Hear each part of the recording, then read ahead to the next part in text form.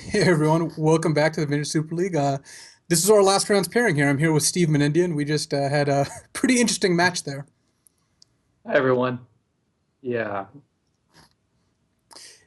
Yeah, this is not the first match I played against you where you've been discarding counterspells when you have seven cards in your hand, and like it's a bad sign that you're discarding Pyroblast, but it also means you're stuck on lands. Like you were stuck on like 2 to 3 lands the entire game. Yeah, it was an odd game. There are probably a couple plays I'd like to take back, but what's interesting is you just seem to find the pressure point and then you push exactly the right moment and then my whole game collapses somehow. I don't know. I Yeah, know. the cards kind of lined up like that. Part of it too was I was always like pretty heavy on lands. Like I never came close to discarding the hand size. When Yeah. you're milling one every turn, when you're discarding the hand size every turn, like that's why I wasn't playing anything. Like I'm Yeah, I'm building resources and you're not. and I could never bait you into anything. Like you just would not engage. Yeah. And so I couldn't, I had all this card draw, but I couldn't leverage it into card loss for you.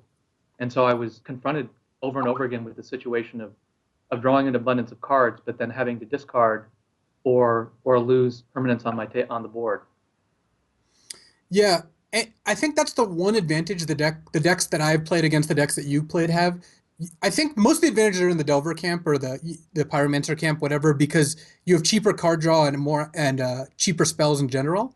But the one advantage is there's nothing you can tap out for that ends the game. So Yeah, I can largely just let you do your thing, and if I get to do my thing, that trumps it. Of course, you never were able to stick a creature because I killed the one creature you ran out. yeah. And although Dig does allow you to play, an important spell on your opponent's end step or on your opponent's turn, Yeah, you never really took the bait except at the point where you're able to take advantage of it and put me deep in a hole. yeah. If that misdirection resolved to make you force your own dig, that would have been that would have been something. But it still ate a bunch of forces, which were not very many cards left in your deck that could stop Elish Norn. Yeah, I was like, what is this? What is this creature? I don't think I've ever had that played against me. Played against me. And it took a moment for it to sink in, and then I realized I was when I fetched and saw that I had absolutely nothing that could deal with that. I was like, okay, this is over. Yeah, it was. I mean, that was not the sort of thing that will work necessarily in a best of five, but the sort of thing that in the regular season matches, I thought you could steal a game by oathing up or show and telling in or casting apparently Elish Norn.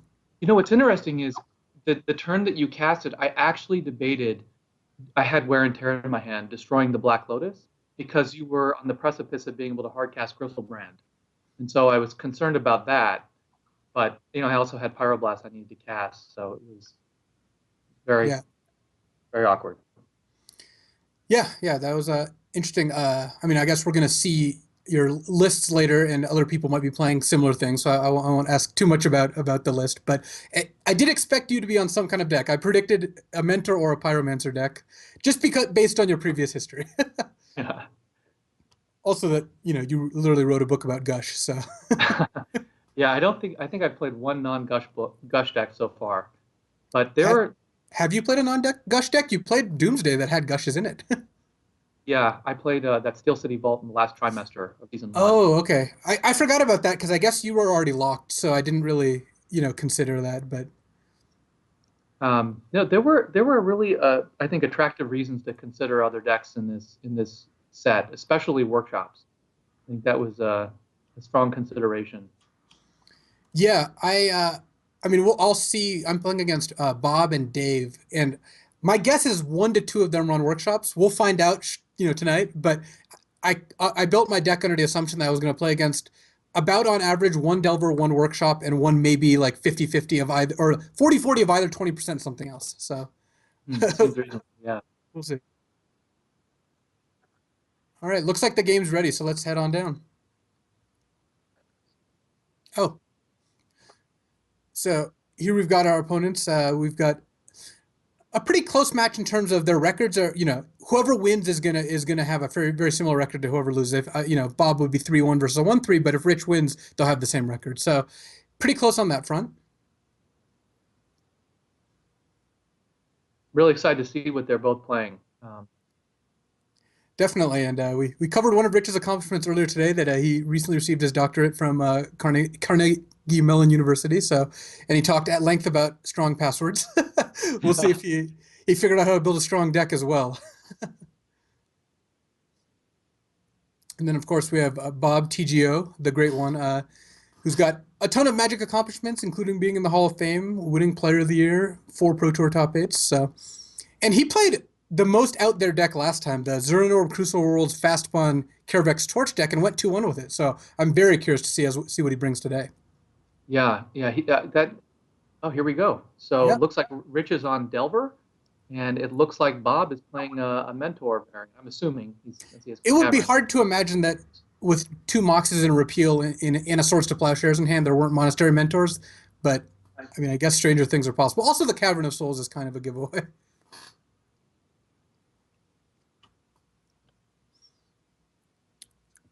So Rich leading with Gitaxian Probe here, which of course Bob is clearly not going to force a will. It's funny, I drew Gitaxian Probe against you pretty early on, but Ah, because I had Ancestral in my opening hand, but I would never have fired off an Ancestral without protection against you. You just have 20 misdirections in all your decks.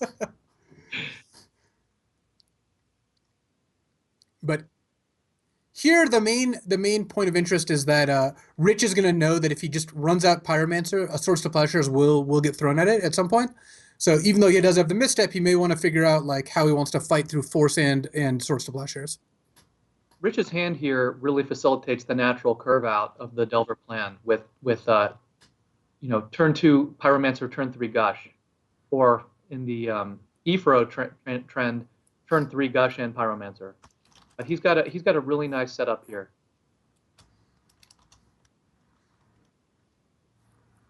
Yeah, and against an unknown opponent, you often run out the turn 2 Pyromancer. But given that he knows that there's Repeal, Swords to Plowshares, Force of Will, I wouldn't be surprised if turn 3 so that you can get more value out of Gush could happen here. But it looks like Rich is just gonna make Bob start expending resources. And he has the misstep in hand for 1 plow.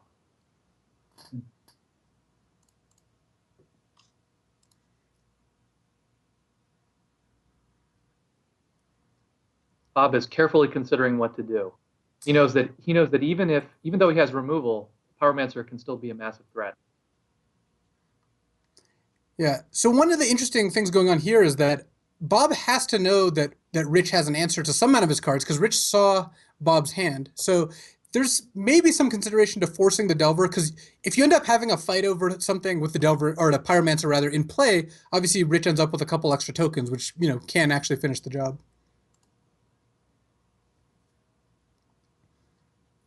So Bob also has 3 Moxes, so he's getting pretty close to being able to hardcast Force of Will. Yeah, or just repeal the Pyromancer with a little bit of mana up as well. Yeah. Drawing the misstep was nice too, because I mean, if I'm Bob, I'm putting Rich on having a misstep. You don't run Pyromancer into Swords to Plowshares without playing like a Preordain or anything, unless you do generally. But drawing the misstep makes this a lot safer. And there we go, misstep on misstep. It's funny because Rich is the one who ends up with material from this. He gets a 1/1 token, but Right, Bob dealt with one of Rich's best threats, and he does have the repeal to immediately kill the token. right, right. And it looks like he's going for that. Fortunately, Bob has not really drawn well off of it. He has an No. abundance of mana, and this is going to be Rich's big Gush turn. So we'll see what Rich can produce out of this turn. But the ideal sort of sequence here would be Gush into either Treasure Cruise or Dig.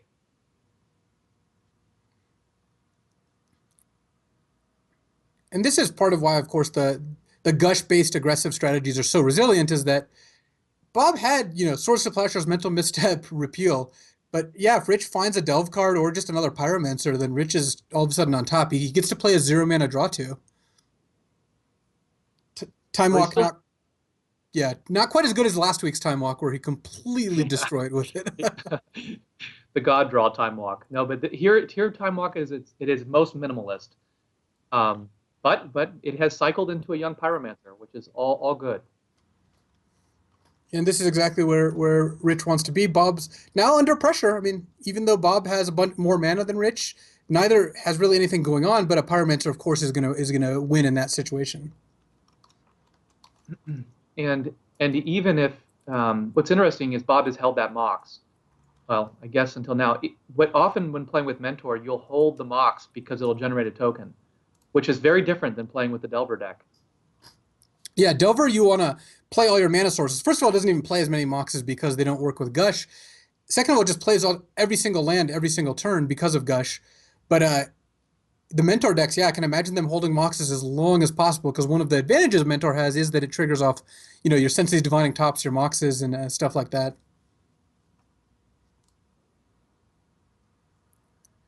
Well, it's interesting. Bob has drawn a Snapcaster Mage, so we'll see whether Bob can sort of lure Rich into a situation where he can plop at instant speed the Snapcaster into play as a blocker and get rid of the Pyromancer. Though Bob doesn't really have any high value cards right now. I wouldn't be surprised. Like, if he does My, get to block, he doesn't really get advantage out of it. I guess he can he, repeal his own Mox, yeah. exactly. He probably just will repeal a Mox. He also will have the misstep in hand for the Bolt, so Yeah. he can get a very favorable trade here and get a card out of it. Yeah, it's a little risky. If you didn't have the misstep, I don't think I would run that. I think I would run Swords to Plowshares, just Snapcaster, Swords, Pyromancer. But with misstep, I'm feeling okay about trying to block here. It's hard for Bob to know that Rich has, basically all lands in hand too. I Yeah, mean, yeah, he's got to think Rich is sitting on some gas. yeah, the Delver decks are so mana light and threat dense. It looks like Bob's going to do it on upkeep. He's aiming for Swords to Plowshares, Hmm. actually. But you would have to put Rich on like two. I would have guessed 2 to 3 spells just in general, but clearly we can see there's only one. Yeah, this will allow him to attack for 2. So it's really, did you want to have a 2/1 creature or another card in hand? Is I think the question. Yeah, and I agree with you that you'd rather have another card in hand. I think the main incentive to do this is if Rich has 2 lightning bolts, this plan is disaster. So Right, right. It'll be over quickly, in short order. this is at least a little safer. Rich still ends up with a 1/1 and killing the Snapcaster most likely. Yeah. Now the question is, do you want a 2/1 and play or a mental misstep in your hand? Well, since he's committed to this plan of plow, I think you have to use the misstep because again, you're. But unfortunately, he's now contending with this. And here we are. Now Rich has a window to cast Dig Through Time and find 2 presumably great spells.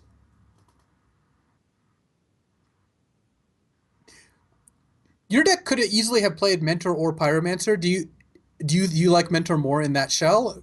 I mean, Rich also has the same options because he played White even before Mentor. Wow. Rich has found ancestral recall with Dig.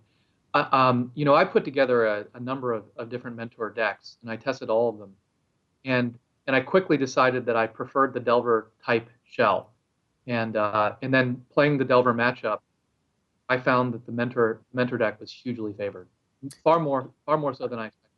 Yeah, I could see that. I mean, your tokens are just so much better, and you generate slightly more of them on average.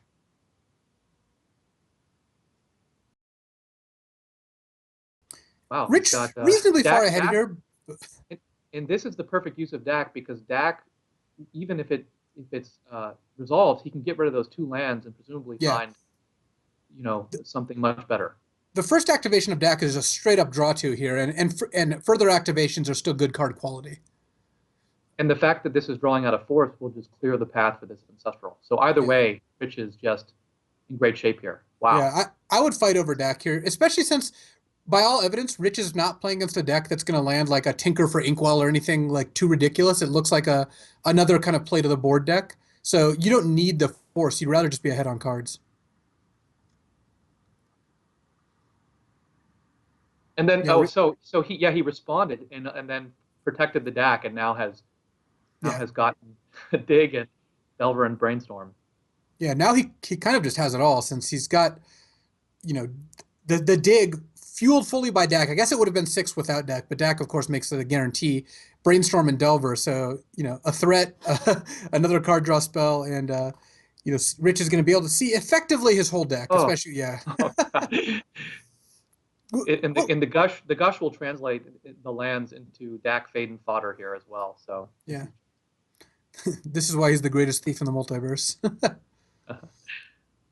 Though I actually don't think Dak was stealing this game. Rich was far ahead. It just this ended up being the card that pulled him the most ahead, but he was still, you yeah, could remove the Dak from the equation, and I think Rich would be in a pretty good shape. definitely. I mean, he didn't even have to expend the force to protect the Dak, and he would be in virtually the same position. Yeah. I do think that the Treasure Cruise restriction did cut into Delver's power a little bit, but honestly, it's not that Yeah. much. Dig through time's not a. I mean, in the matchup you just played, I think you'd rather have digs in your deck than cruises anyway. I have 4 dig and 1 treasure cruise. Yeah. Well, that is the legal limits of both those cards. And now it's all Well, over, but basically Rich finding a way to end up killing Bob. It's interesting if Bob still had Cavern of Souls out, he I, could maybe mount a comeback, but I was going to make the exact same point. yeah, The singleton strip mine has essentially eliminated or excluded Bob's capacity to fight through this hand, because exactly. the one thing that Rich doesn't have is removal at this point.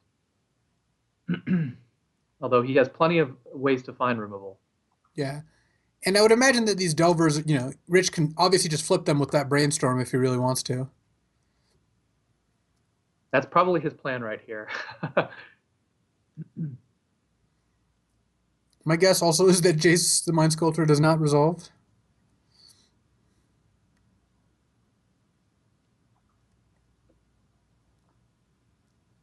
Another advantage of Mentor decks is that because of the Moxen, they do get to play Jace. Jace is a fantastic card. I'd love to play it in Delver decks. It just doesn't fit. It just costs too much mana. But I could see the Yeah. Mentor deck wanting it if it's the artifact heavy.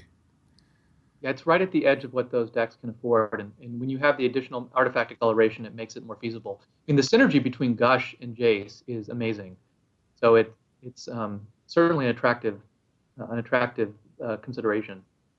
And Rich is continuing to pull ahead here. He now has um, double dig and a pyroblast to protect his to deal with any potential force from Bob. Yeah, and Bob with one card in hand.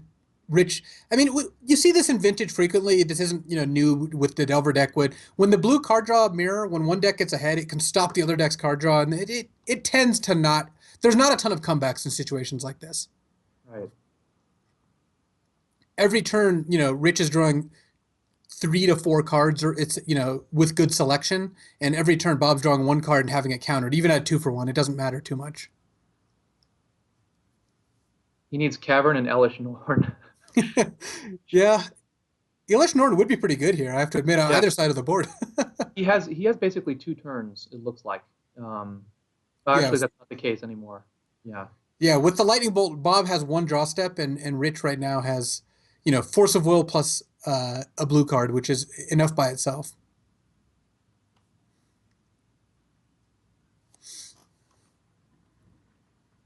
we have not really gotten a chance to see much of Bob's deck. His game No, plan. like you said, there is. I mean, again, I think were we both to bet on it, we would bet in favor of there being monastery mentors in that deck somewhere.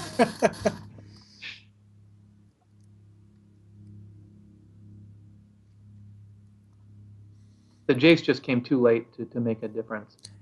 Yeah, you But can imagine with all those Moxen in Bob's hand, had he had Jace in his opening hand, he could have played like a turn one Jace with force backup. The game would have been slightly different. I'll go out on a limb and say that. I don't think I'm divulging any secrets at this point. But I had some conversations with Rich last week. Rich is Hmm. not in my lineup, and we were discussing sort of where our thinking was going, and he was basically of the view that all the mentor decks he had tested against, Delver was either 50-50 or ahead. And in particular, he had the observation that he felt that unless the mentor deck had turn one or turn two mentor, the Delver deck generally won.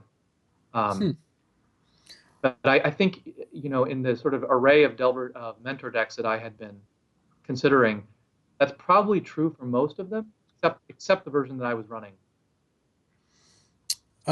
Yeah, I guess I'm having trouble imagining exactly why that would be because it's not like the decks going into the long game are drastically different, except Mentor is going to have an edge just because Mentor is a better card than Pyromancer.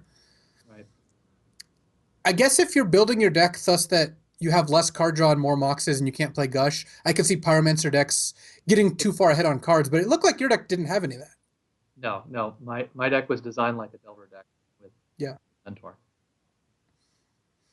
Yeah. So far the easiest reads of the VSL have been you playing Gush decks and me playing decks with Force of Wills. Yeah. Well, I thought you were going to be playing Delver actually. I was pretty persuaded that you would be playing Delver, and if not that, you would be playing Gifts, and if not that, Workshops. But Yeah, I was close to playing some number of those decks. But I thought it was just too obvious that I would play Delver or Gifts. So I kind of wrote those off pretty soon. I actually was not really on playing those for too long. I don't even know if the deck I chose is good against the decks that are good against those decks, but that was the idea. It was like, this multi-tiered level of thinking. Though yeah, ultimately a lot of the decks are pretty close together. Like, I mean, Kai and I are actually playing the same deck, and part of the reason they wanted to play this is it's good against workshops, and he just got brutalized by Ifro playing workshops. So yeah, yeah. Workshop is definitely attractive. It was on my radar. You know, yeah, I thought Bob was, you know, 50-50 to play workshop, something along those lines, but clearly he's not doing that. no, no, he's surprised us. And I think the concerns about diversity in the metagame will probably be more muted this trimester. We've got some. Yeah, honestly, even like people who complain that there are four Delver decks out of 10, like I don't know if they've seen what vintage tournaments look like. That's not like insanely far off. And when you only have 10 people, Right. it's just too easy for one deck to be too high of a percentage. So I mean, the difference between three Delver decks and four Delver decks is a huge percentage difference, but it's only one deck. So Right. I wouldn't expect a ton to change post board here. But one of the strengths I think of decks like this is that yes, if you had 5 slots dedicating to beating Delver, which I basically did, there's nothing I can do that's that insane. I mean, it's just four Elish Norns. This is interesting. So we've got a situation here where Bob can deploy Library of Alexandria, and Rich is potentially stuck on one land, and it looks like Yeah. he's gonna he may very well keep this hand just on the strength of misstep bolt and turn to Pyromancer Yeah. if he can draw another land. I mean, this is the kind of game that Rich has two outs to lose immediately.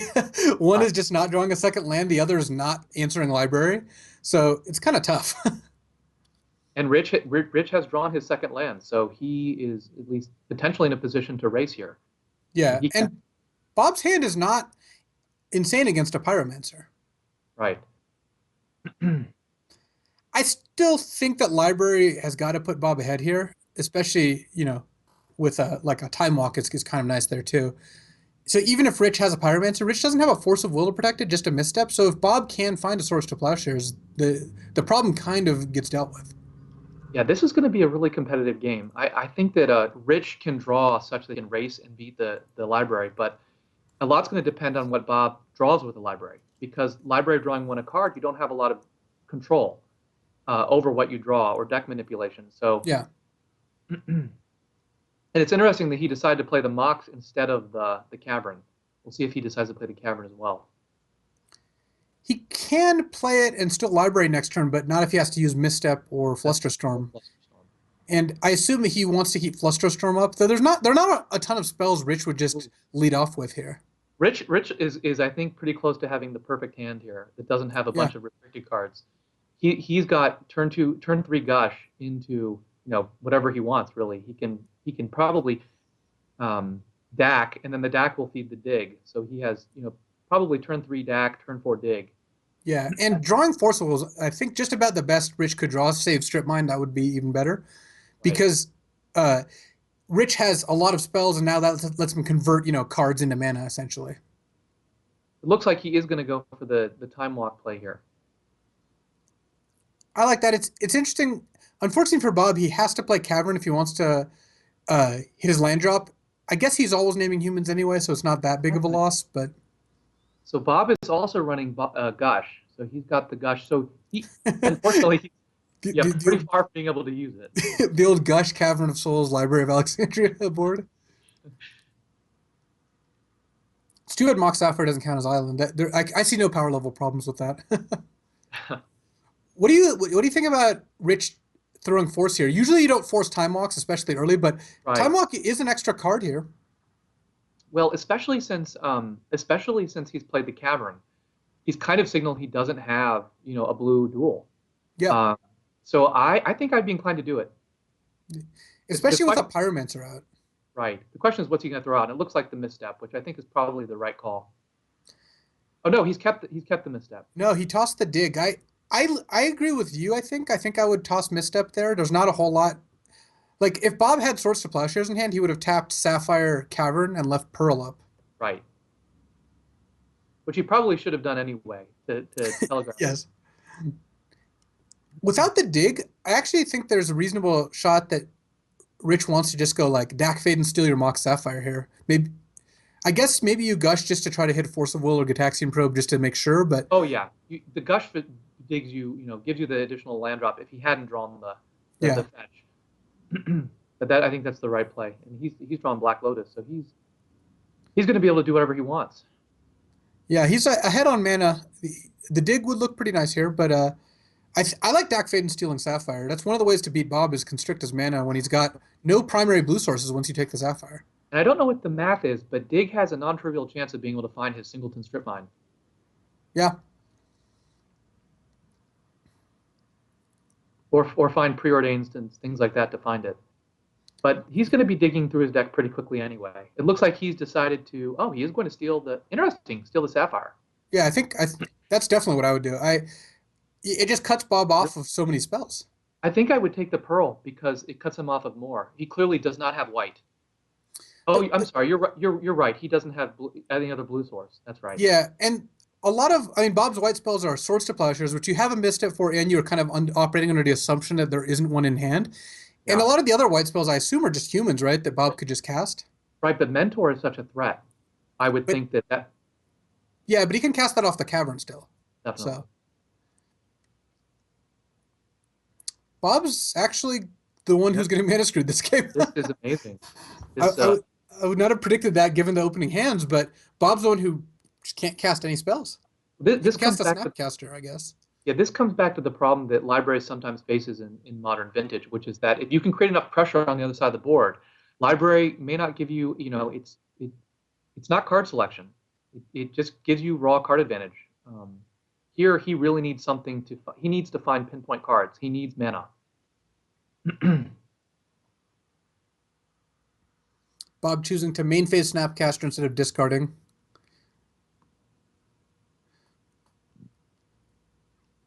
Yeah, Rich again is very far ahead here. And library costing you not only a land drop but also making you slow play your moxes is a real thing. I mean that does lead you You to know being what? behind. I wonder without going too far back, I wonder if the correct play would have been to just discard the Mana Crypt and then play the Snapcaster into the attacked Pyromancer, because And just hope it's to steal a game that way. and it's uncounterable. So Yeah. with the Cavern, and he can probably at least, I mean, that can buy you a lot of turns. And the way it looked, he had with double misstep and the misdirection, he could probably actually deal with both of the bolts and the misstep in Rich's hand. Yeah, and really he might even be able to get into a situation where you get to bolt Dak Faden or something like that. Yeah, redirect it there. Though I wonder if Bob has a good way to deal with tokens. I saw some of the mentor decks playing Nausea in the sideboard. One in a black sorcery, all creatures get -1/-1. It's kind of nice because all your tokens don't die to it because they have prowess.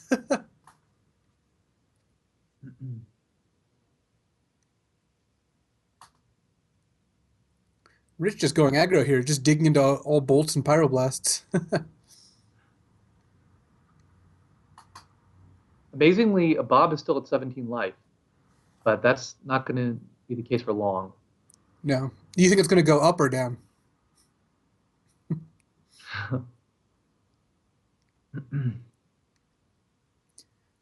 These are the kind of games where it's tough. When your opponent's just casting digs and preordains and brainstorms, and you just have to sit there and kind of watch them do it.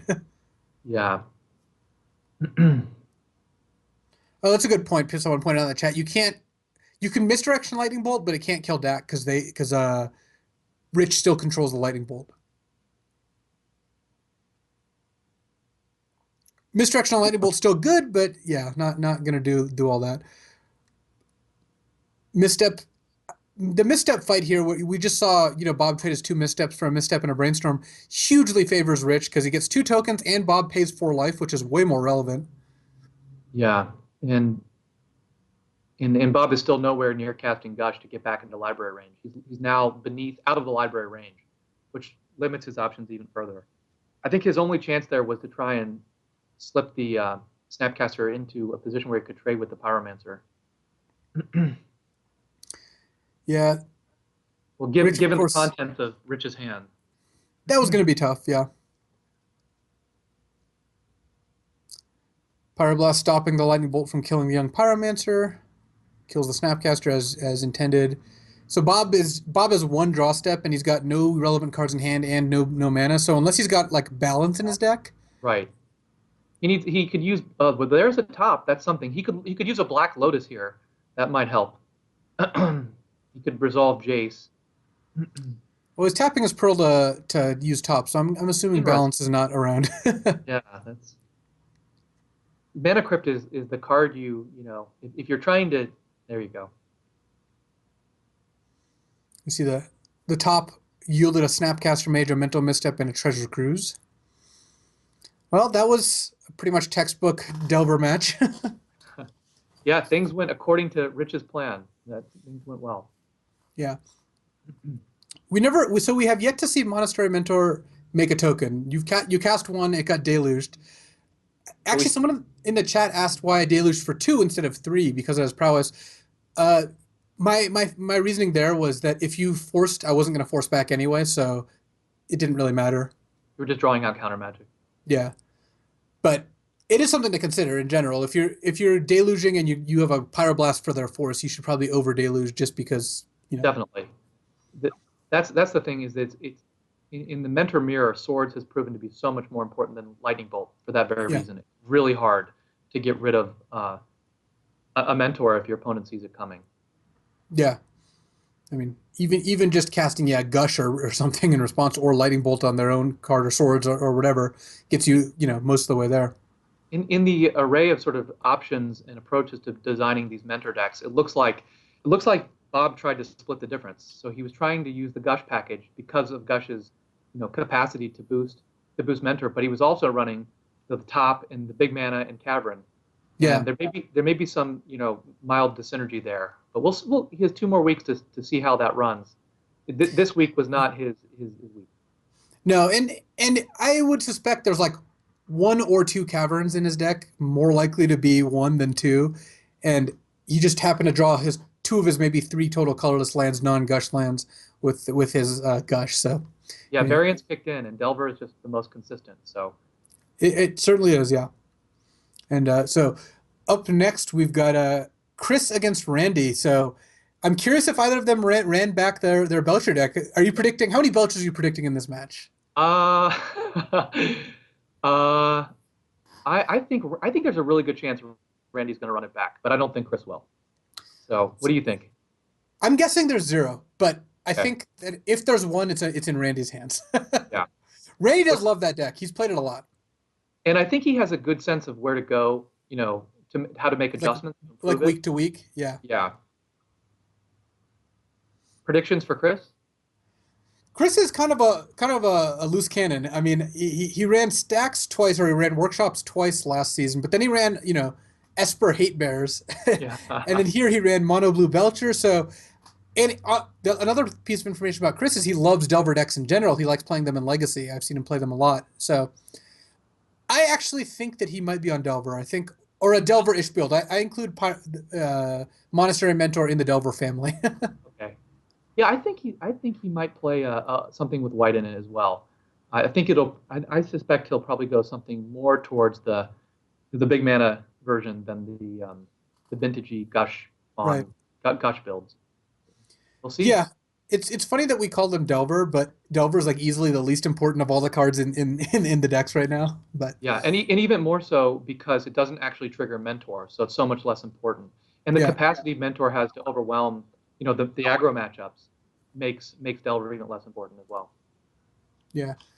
So Rich, of course, defending his choices of Pyromancer in the chat here, but that's an interesting debate. That's one debate that's going to go on for a while, It I will. suspect. We've got several weeks to work that one out. Yeah.